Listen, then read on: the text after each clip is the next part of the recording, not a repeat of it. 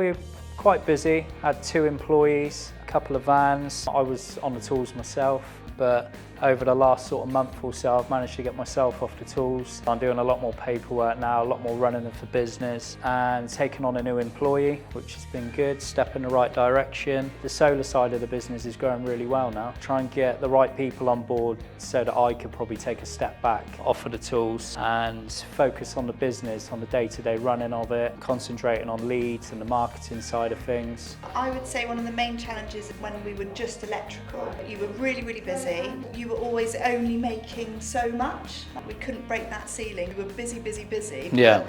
We couldn't see how we could expand the business even more, whereas we knew, having done a couple of solar, that was the way to go. Much better profit margins. Actually analysing everything properly. We obviously run a good business so far, but actually having a handle on exactly what you're making, Yeah. obviously using the spreadsheets and doing all that side of it, we're hoping to sort of get more of a handle on exactly what we're making on each job, how much profit we're making.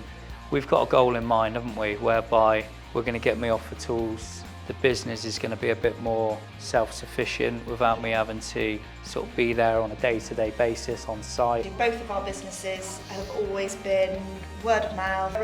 We're good with people. People obviously like us. So having a budget for marketing using lead generation is really alien to us. To see actually, to grow your business, you do have to invest in that. Yes, at the beginning it's quite daunting, but actually we're starting to see the benefit from it. Yeah, and we actually converted our first lead, which felt good last week. So converted that into a sale. So that's given us confidence now going forward, hasn't it? So hopefully we can build on that and scale it up.